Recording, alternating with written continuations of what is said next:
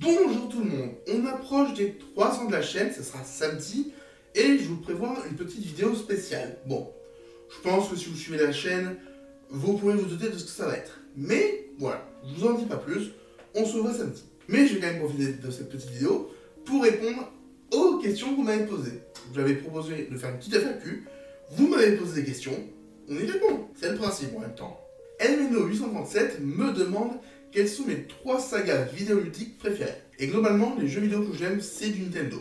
Mais en 3ème position, je vais mettre Spyro le Dragon, parce que c'est une série que j'ai découverte très jeune, et en refaisant récemment le remake sur Switch, j'ai pas perdu en nostalgie. J'étais vraiment content de retraverser le 1 et le 2 avec le dragon, et de découvrir le 3 que je n'avais jamais fait. Donc ouais, 3ème position. En 2ème position, je mets Professeur Layton, parce que j'adore Professeur Layton. Je vous laisse imaginer ma hype lors du Nintendo Direct où ils ont annoncé une suite. C'est vraiment wouhou! Et chaque année, lors de la sortie des épisodes sur DS 3DS, on m'offrait le jeu Professeur Layton. Et chaque fois, c'était un délice de les faire. Et en ce moment, je me refais la trilogie originale. Peut-être que je m'en ferai aussi la prélogie, mais c'est pas pour tout de suite. Et en 1ère position, Mario. Alors en vrai, je pense que je préfère légèrement Layton à Mario, mais comme Mario, il y a tellement de tout que globalement, voilà. Si tu veux un jeu de sport, Mario. Tu veux un jeu de plateforme, Mario. Tu veux un jeu de cartes, Mario. J'adore Mario. C'est le personnage vidéoludique par excellence. Pour moi, ça me suffit. Donc, vive Mario, vive Mario. Très profond ce que je dis. KurtFan 1991 me demande la vidéo dont je suis le plus fier. Et globalement, il y a 3 vidéos où je suis vraiment très fier de les avoir fait. Tout d'abord, le tout dernier des Code Lyoko, parce que je voulais donner la parole aux autres qui ont découvert Code Lyoko. Et je trouve que le rendu est bien. Parce que j'ai voulu faire un épisode un peu plus mélancolique que d'habitude, mais avec de l'humour. Je trouve que j'ai à peu près bien reçu le mélange. Il y a un ou 2 moments où peut-être pas, mais globalement, je suis content de moi. Et j'ai vraiment pu dire ce que j'avais à dire sur cet épisode en mettant tout ce que vous aviez à dire. Et ça m'a fait vraiment très plaisir. Ensuite, il y a le Decode Lyoko sur Je ne préfère ne pas en parler, qui... j'ai voulu faire quelque chose de différent. J'ai payé une équipe de tournage pour m'aider dans cette tâche. Et ça rend bien, je suis content d'avoir eu ce petit délire juste pour cette vidéo. Mais voilà, je l'ai fait, j'en suis fier.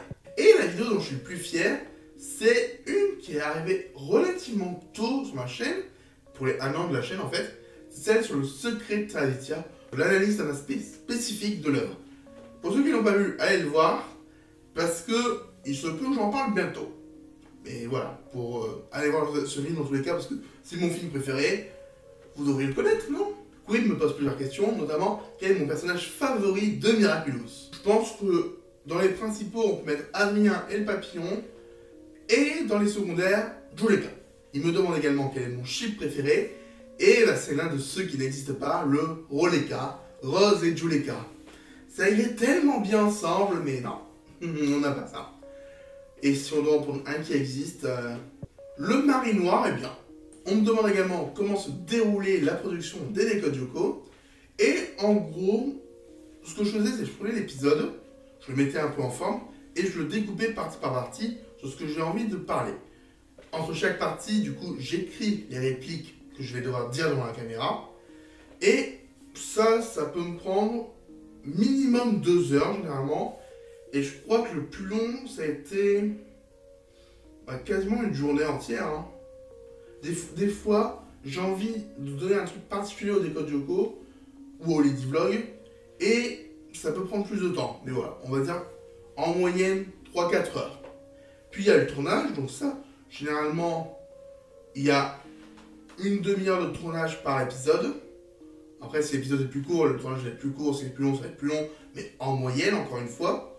Et pour le montage, généralement, c'est une partie qui va assez vite, parce que j'ai déjà les épisodes prédécoupés. J'ai juste à intercaler mon texte entre les épisodes. Donc ça va assez vite. Même si quand, du coup, il y a beaucoup de découpes, ça peut être très long. Donc, minimum 1 heure, encore une fois. Mais ça peut aller jusqu'à 4 heures. C'est vraiment très long. Mais par contre, tout ça, c'est pour les Decode Lyoko normaux. si je veux vraiment insuffler quelque chose en plus, ça ne sera pas pareil. Pour Je ne préfère ne pas en parler, le tournage a duré plus de 5 heures. C'est long. Et le montage du dernier des Codes Yoko, il a quasiment duré 3 jours. Bon, j'ai pas bossé pendant 3 jours de suite, mais ça m'a pris beaucoup de temps quand même. Donc voilà, c'est en moyenne. Et enfin, il me demande quels ajouts seraient bien pour les prochains Kingdom Hearts. Mais comme je ne joue pas à Kingdom Hearts, je ne saurais pas dire. Donc j'ai envie de dire que les mondes de Vaiana et Zootopie pourraient être intéressants, mais peut-être qu'ils y sont déjà, donc je sais pas. Capitaine Critique me demande comment je vois la fin de Miraculous. Et avec un générique, question con. En vrai, j'ai pas de fin idéale, c'est juste un aspect que j'aimerais avoir. C'est une fin où on se dit, allez, c'est bon, les intrigues amoureuses, c'est fini, c'est résolu, le conflit global, c'est fini, c'est résolu, mais où on garde une porte ouverte au cas où. Genre, à la Desperados Wife. Les Desperados Wife, on sait qu'elles ne reviendront plus, mais il y a encore des secrets. Donc pour Miraculous, j'aimerais un truc un peu comme ça. Fala Fishtick me demande mon top 10 de mes films préférés, et je vais pas le faire. Tout simplement parce qu'un top 10, ça peut vite évoluer, mais je vais te faire un top 5 qui globalement reste assez stable dans le temps. En 5ème position, Aladdin, mon Disney préféré. En 4ème position, Retour vers le futur 2, ma suite préférée. En 3ème position, on a le film Marley et moi, qui est un film qui te donne beaucoup d'émotions. Et pour moi, un bon film, ça te donne des émotions. Donc parfait. En 2ème position, on a parlé dans mon nouveau format Forrest Gump. Je l'ai vu une seule fois, mais il m'a fait l'effet d'un choc. Et c'est directement à la 2ème place. Mais il ne détrônera pas le premier, à savoir Le secret de Terabithia. J'espère que vous l'avez compris, je le répète beaucoup en ce moment. Maître Caillon me demande sur quel logiciel je fais mes montages. Et je le fais sur Wondershare Filmora. Est-ce que je peux faire un placement de produit, s'il vous plaît? Antoine Pascal me pose plusieurs questions, notamment la personne qui parle d'une fanfiction dans le dernier des Codes Yoko. Est-ce que j'ai lu cette fanfiction? Non. Parce que je suis pas très fan de fanfiction de base. Et j'ai souvent du mal à m'y mettre. Mais je sais que je vais en lire quelques-unes et que celle-là a l'air assez intéressante. Souvent, c'est plus le concept qui m'attire que vraiment la fanfiction. Mais voilà, je pense qu'un jour je la lirai. Il me demande ensuite pour la série Fallen, donc la web-série dans laquelle j'ai joué, quel a été mon meilleur souvenir et mon pire souvenir, et aussi où en est la saison 2. La saison 2 est en pause. Parce qu'on a eu divers petits soucis techniques qui font que, voilà, elle ne peut pas démarrer pour le moment. On doit réécrire beaucoup de scénarios. Donc voilà, pour l'instant elle est en pause, donc elle ne sortira pas l'année prochaine. Sauf si vraiment on se met au charbon, mais pas sûr que ce soit le cas. Mais sinon, mes meilleurs et pires souvenirs. Alors, on va commencer par le mauvais d'abord et finir par le meilleur. Pour moi, le pire en saison 1, c'était quelques soucis avec une partie de l'équipe technique, parce que c'est un projet étudiant, et parfois, les étudiants, c'est compliqué à mettre au travail. Hein, même moi, je suis encore étudiant, des fois, il y a des choses que j'ai pas envie de faire. Là, c'est dommage, parce que c'est un truc qui me plaisait, mais c'est pas le cas de tout le monde, donc il y a eu quelques petits soucis à ce niveau-là, et c'était pas toujours facile à vivre. Mais mon meilleur souvenir, et ça par contre c'était génial, c'était la balade en forêt, la journée où on a fait quasiment tous les plans en forêt, on l'a fait vraiment sur une journée, et c'était juste génial. On était dans une forêt près de chez moi où j'adore me balader, donc j'ai pu la faire découvrir à l'équipe technique, aller dans des endroits un peu plus reculés, pas forcément grand public, faire vraiment des balades, juste sympa. Et je me souviens, je suis arrivé un peu plus tôt que d'autres avec 2 membres de l'équipe. Et pour les attendre, on s'est dit, on va se balader en forêt. Et là, waouh, j'avais un léger givre au-dessus d'une plaine. Et c'était juste magnifique. Franchement, c'est... Ce genre de tournage, moi j'adore. C'est pour ça que si je peux, il y aura peut-être des tournages en extérieur. Mais bon, ça faudrait de bonnes raisons de le faire pour les vlogs. Et pour les web-séries, faut attendre que les épisodes soient écrits. Et enfin, il me demande si j'ai travaillé dans d'autres web-séries, d'autres productions audiovisuelles, et si j'écris mes propres fictions. Et oui, pour les deux. Alors, il y a un court-métrage dans lequel j'ai tourné en 2020. On est de plus en plus proche de la sortie. Dans le sens où, moi, je suis le premier à vouloir le voir. Hein. J'ai un tout petit rôle dedans, c'est vraiment de la figuration. Mais j'ai vraiment envie de voir ce que ça va donner. Et Il y a eu d'autres petites expériences où je suis pas forcément le plus fier. Donc, si un jour vous trouvez, voilà, n'hésitez pas, mais je vous les donnerai peut-être pas tout de suite. Et par rapport à mes propres fictions, oui, j'en écris. J'ai notamment commencé l'écriture de plusieurs livres depuis bien longtemps. L'un d'eux depuis le 7 avril 2015, pour vous dire à quel point c'est vieux. C'est le seul que j'ai réellement fini. Il faudrait que je réécrive la lecture, tout ça. Donc ça me prend du temps et je préfère vraiment faire des vidéos en fait. Mais peut-être qu'un jour, voilà, je ferai des petites vidéos où je vous les lis parce que ça peut être cool de voir un peu mon univers dans l'imagination. Parce que c'est pas pareil que faire des vidéos. C'est vraiment deux ambiances différentes. Et j'espère que je vais réussir à le tenir cette fois-ci. Donc voilà, on verra. Mais globalement, je priorise d'abord tout ce qui est travail et études pour le moment, puis vidéo, puis le reste. Barty Croupton Junior me pose plusieurs questions, à commencer par ma série Disney préférée. Et pour moi, il y en a deux, il y a Kim Possible et Lilo Stitch. C'est pas le même truc, mais il y a eu un crossover, donc c'est le même univers, ça marche. Non, globalement, Lilo Stitch est l'un de mes films Disney préférés, juste en dessous d'Aladin en fait. Et surtout, pendant longtemps, je voyais un épisode de temps en temps. Depuis qu'à Disney+, j'ai pu tout rattraper, mais voilà, c'est... J'avais envie de voir cette série que je ne pouvais pas voir. Et pour Kim Possible, globalement, aller voir l'épisode de Alert Spoiler qui en traite, c'est globalement la même chose ce que j'en pense. C'est une série géniale. Alors, ensuite, on me demande mon film Pixar préféré, et là, ça se joue entre Coco et Les Indestructibles. J'adore les deux. Je pense que Coco est plus sur l'émotion, et Les Indestructibles plus sur ma fascination du super-héros. Autre question, est-ce que j'ai déjà joué à des jeux Kirby? Oui, mais quasiment que sur des consoles virtuelles ou en démo. J'ai jamais fait vraiment, genre, le dernier Kirby qui est sorti, Le Monde Oublié, j'y ai pas joué. Et globalement, ça va. Je pense que Le Monde Oublié doit être vraiment sympa, mais les anciens, je sais pas, il y a un charme où j'aime bien tout ce qu'il y a autour, l'univers et tout, mais j'aime pas du tout le level design par exemple, et ça me rebute d'essayer plus loin par moment. Et enfin, est-ce que je vais parler de Marvel Moon Girl and the Devil Dinosaur? Peut-être. Je sais pas encore. J'ai pas vu la série, si je la vois, bah... peut-être que j'en parlerai en review shorts.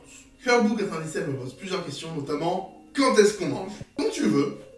Franchement, invite-moi sur une petite bouffe. Hein, t'as peut-être des questions plus intéressantes, mais voilà. Si tu veux qu'on mange ensemble, on mange ensemble. Et sinon, la vraie question, c'est est-ce que je vais bien psychologiquement par rapport au Lady Vlog et à Fallen? Alors, pour les Lady Vlog, le gros problème que j'ai, c'est YouTube qui bloque souvent. Et notamment là, il y a eu 2 épisodes qui ont été bloqués en dehors de la France métropolitaine.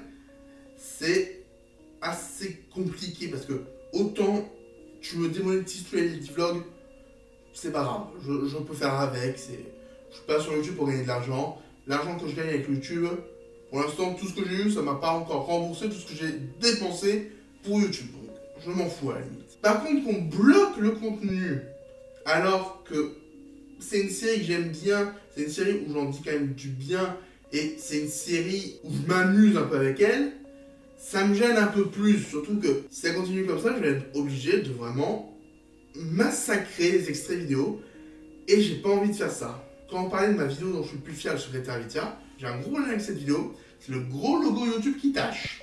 Mais je pouvais pas l'enlever, parce que sinon ça me bloquait la vidéo. Et j'en étais fier, donc j'avais pas envie.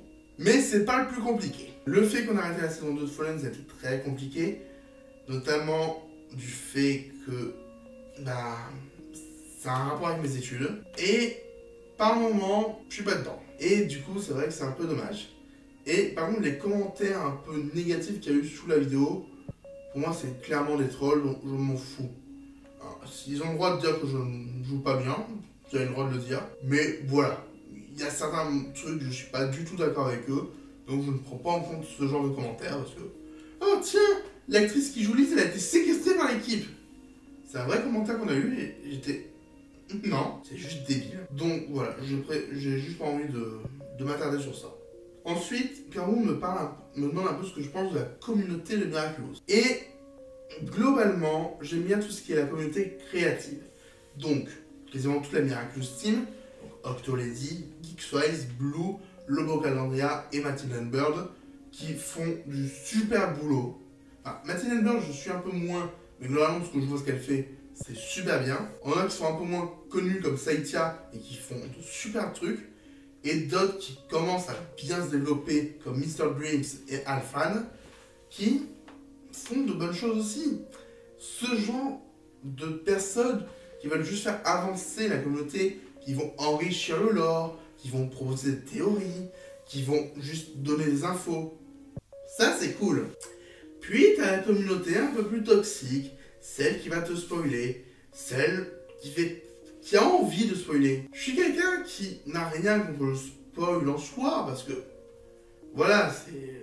Moi, il y a un truc, je veux voir le truc, et je m'en fous de savoir ce qui se passe, donc je ne l'ai pas vu en action dans le contexte, mais c'est vraiment pénible. Et c'est aussi pénible d'avoir certaines personnes qui ne veulent juste pas respecter qu'on ait un avis différent du leur. Là, ça commence à se voir sur la vidéo, et j'avais ça aussi pour Décode Yoko, mais c'est un peu pénible là. Donc voilà, globalement, tout ce qui est communauté créative, je les adore. Tous ceux qui veulent juste ruiner la série, faites un effort s'il vous plaît. Si vous faites ça, c'est qu'aussi vous aimez la série. Laissez les autres profiter, non? À quand une nouvelle collab entre Kabu et moi? Je vais répondre comme toi, clin d'œil, clin d'œil. Et pour finir, on me demande mon avis sur les dernières annonces Disney qu'il y a eu en février. À savoir donc Toy Story 5, où ouais, j'irai le voir parce que je vais aller voir les trucs Disney, c'est sûr, mais il me hype pas. Ouais, ok. Qu'est-ce qu'il va raconter, je sais pas, on verra. Il y a Zootopie 2 qui là par contre me donne beaucoup plus envie. Parce que j'aurais préféré une série, une vraie série avec des épisodes de 25 minutes ou de 45, soyons fous, mais une vraie série. Parce que l'univers peut être génial. Mais un deuxième film, ok. Pourquoi pas, ça peut être bien. Pour La Reine des Neiges 3, le 2 m'a un peu laissé sur ma faim. À la fin, justement. Donc le 3 peut être bien. À voir comment il le gère. Même si ça sera la troisième chute Disney des studios principaux. Et enfin, le projet qui me hype le plus, Vice Versa 2, parce que le 1 était génial. Et c'est tellement déclinable sur plusieurs âges de la vie ou sur plusieurs situations que pour moi, c'est le film parfait pour avoir une suite. À voir ce qu'ils vont en faire, mais là, j'ai envie de le voir. Tom Red Fanboy me pose plusieurs questions également, avec notamment, est-ce que je connais l'actrice qui est dans son pseudo? Et le truc, c'est que je l'ai vu dans quelques films, mais voilà, tu vas me montrer une photo, je vais peut-être pas la reconnaître tout de suite. C'est pas forcément une actrice que je suis. Mais un film où je me souviens où elle jouait super bien. Est-ce que À la poursuite de demain a trouvé son public? Ça, j'avoue que j'ai vu le film une ou deux fois, j'ai très peu de souvenirs. Et non, il a clairement pas trouvé son public. Je pense, enfin, de ce que je me souviens, il aurait pu aller beaucoup plus loin. Mais, ouais, il aurait dû mieux marcher, je pense. Après, voilà, c'est le fait qu'il n'ait pas marché, bah aussi, je m'en souviens peut-être pas trop, donc faudrait que je me le revoie un jour. Est-ce que dans Black Panther Wakanda Forever, je considère la découverte de Talocan comme la meilleure scène du film? Et clairement, non. Elle est nulle, cette scène. Dans le premier Black Panther, j'étais émerveillé de voir Wakanda. Là, Talocan, c'est sombre, c'est moche. Ah, et sincèrement, quand j'ai vu ça, j'étais vraiment... Ah, ok. Je trouve que c'est l'un des pires points de Black Panther Wakanda Forever. Pour moi, la meilleure scène, c'est la course-poursuite aux États-Unis. Parce qu'on a de tout, on a de l'action, c'est cool, c'est rythmé. Moi, c'est ça que je voulais. Mais non, on l'a pas eu. Alors que dans le premier, on avait ce cool et rythmé, mais surtout le film, surtout le Wakanda. Pas là. Vraiment, Talocan, grosse déception. Tu me demandes aussi quels sont mes comédiens et comédiennes de doublage préférés. Et il y en a beaucoup trop pour les citer. Dans les vieux de la vieille, on va parler de Brigitte Lecordier, Patrick Préjean, Roger Carrel ou Richard Larbois. Mais dans les plus récents, on a quand même Adeline Chetaille, Camille Donda et surtout mon petit chouchou, Donald Regnault. Mentionnez-le sur un tweet avec cette vidéo, ça me fera plaisir. Et enfin, est-ce que je suis intéressé par le fanfilm Code Lyoko Retour vers le passé? Oui, mais on en parlera plus tard pour un Décode Lyoko spécifique. On a Pierre Filâtre qui me demande est-ce que j'ai d'autres feats de prévus, comme avec des youtubeurs comme Melolek. Oui, notamment sur d'autres chaînes, et aussi sur ma chaîne, parce que c'est une façon différente de bosser, et que j'adore ça. Alors, notamment, un des feats qui va être évident, c'est avec Capitaine Critique. Il y a certains trucs qu'on prépare. On vous dit pas tout, mais vous allez me voir dans sa chaîne, ça c'est sûr. Léo C me demande dans quel univers fictionnel j'aimerais vivre. Et franchement, soit celui de Miraculous, soit celui de My Hero Academia. Parce qu'au moins dans ces univers-là, on ne doit pas s'ennuyer. Un Miraculous aurait aussi une chance d'être un super-héros, même si c'est pas la majorité, au moins on peut les rencontrer. Et My Hero Academia, on peut avoir des super-pouvoirs. Moi j'adore ça. Clément Lavigne me demande si, en plus des Disneylogies, je m'attaquais à d'autres studios comme DreamWorks par exemple. Pas tout de suite en tout cas. Parce que déjà les Disneylogies, j'en sors un tous les 3 mois, donc le temps qu'on va sur les Disney, on n'y est pas encore. Mais un jour peut-être. Dans tous les cas, je parlerai de ces films en review short qui sortent au cinéma et que je vais les voir. Et que j'ai envie d'en parler. Donc voilà, mais voilà, peut-être qu'un jour, oui, j'en parlerai, mais pas dans les médias. Bolkstorm me demande si un jour je ferai une vidéo sur la série Le Royaume des Couleurs. Et malheureusement non, pas tout de suite, parce que je n'ai jamais vu la fin de la série en VF. Je l'ai en japonais mais non sous-titré, donc c'est très compliqué. Donc voilà, je pense pas. Après j'adorais parce que c'est une série qui m'a marqué étant enfant, mais ça va être compliqué. Yoga Pillon me pose plusieurs questions, dont notamment mes personnages préférés de Miraculous, mais j'ai déjà répondu, et mes personnages détestés. Et là, on en a deux que vraiment j'apprécie pas. C'est André le Glacier et Noël Laïfle. J'apprécie pas de les voir et je trouve que quand on se sent sur eux, les épisodes où ils sont là peuvent être bons, mais quand on se sent sur eux en particulier, j'aime pas trop. Mais je m'ai aussi demandé si je devais me faire akumatiser ou yogatiser, hein, je te vois venir Yoga Pillon, quel serait le pouvoir que j'aimerais? Et honnêtement, un pouvoir que j'adorerais avoir, c'est pouvoir lire dans les pensées. Parce que c'est invisible, mais on peut faire tellement de choses avec. Parce que, oui, akumatiser, si on pense que c'est pour faire du mal, on peut faire beaucoup de mal en lisant les pensées. Mais on peut aussi faire du bien, parfois, on sait jamais, donc ouais, lire dans les pensées, c'est pas mal. Et surtout, c'est pas trop dangereux, parce que, genre, remonter le temps, se téléporter ou voler, ça peut être dangereux. Tu me demandes aussi quelle serait la fin parfaite pour les Lady Vlogs, et je pense que je voulais dire pour Miraculous tout court, parce que les Lady Vlogs, la fin parfaite, je sais pas encore en fait, on est en saison 2, enfin on va la commencer la semaine prochaine normalement, donc j'ai pas réfléchi. Et pour Miraculous, j'ai déjà répondu. Et enfin, ta dernière question, si j'avais dû bosser sur Code Lyoko Evolution de manière vraiment proche de l'écriture de la série, où est-ce que je l'aurais emmené? Et globalement, j'aurais peut-être pas voulu continuer, j'aurais peut-être pas eu le pouvoir de le faire, parce qu'à l'époque j'étais trop jeune, mais si je devais le faire maintenant, je pense que j'aurais voulu qu'on voit d'autres menaces sur Lyoko un peu plus invisibles, un peu plus insidieuses, qui font que nos héros doivent encore aller sur Lyoko pour pouvoir compter sur ça. Mais du coup, on enlève tout ce qui est tour, parce que voilà, ça n'apporte plus rien. Ou alors que si ce sont des humains derrière la menace qui utilisent les tours de Lyoko. Mais voilà, je pense que j'aurais regardé ça un truc de Code Lyoko Evolution, mais j'aurais pas fait revenir Xana, ça c'est sûr. Xana c'était finito, donc voilà. Mais on aurait pu avoir un truc qui ressemble à Xana, donc je sais pas exactement, mais ça peut être le sujet d'un des Code Lyoko, hein, de faire une saison 5 ensemble. Si jamais ça vous intéresse, on en parlera. Bref, je vous remercie à tous d'avoir suivi cette FAQ. Je vous remercie encore une fois d'être là depuis 3 ans sur la chaîne. Ça fera 3 ans samedi, mais on y est presque. Et n'hésitez pas à vous abonner à nos différents réseaux, donc Instagram, Twitter, Tipeee, Discord, à liker, à commenter, à partager. Parce que à partir de 1500 abonnés, je commencerai l'écriture du Décode Lyoko interactif numéro 3. Ouais, il y en a encore 2 à faire. Le prochain arrive prochainement. Bref, encore merci à tous d'avoir suivi et je vous dis à très bientôt.